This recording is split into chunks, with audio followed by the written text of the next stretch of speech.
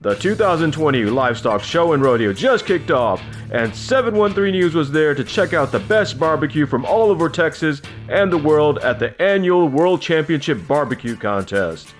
We stopped by the Pitmaker tent and spoke with local chef Arash Kharat from Buffalo Bayou Brewery, who talked about his bbq-Vietnamese fusion banh mi. We're doing a open face smoked beef banh mi.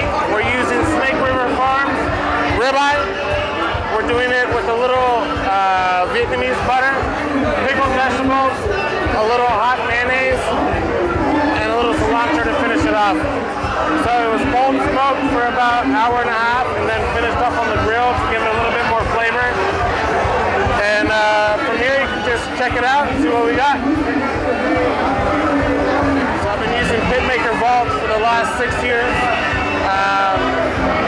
Great machines, they hold their temperature very well. The best thing about it is consistent barbecue. With over 250 teams competing at this year's barbecue cook-off competition, cowboys, cowgirls, and partygoers all gathered at NRG Arena and packed the carnival and team tents.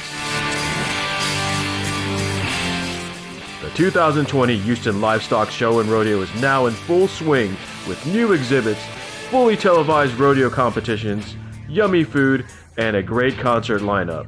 Make sure to check it out. This is DJ Rock for 713 News.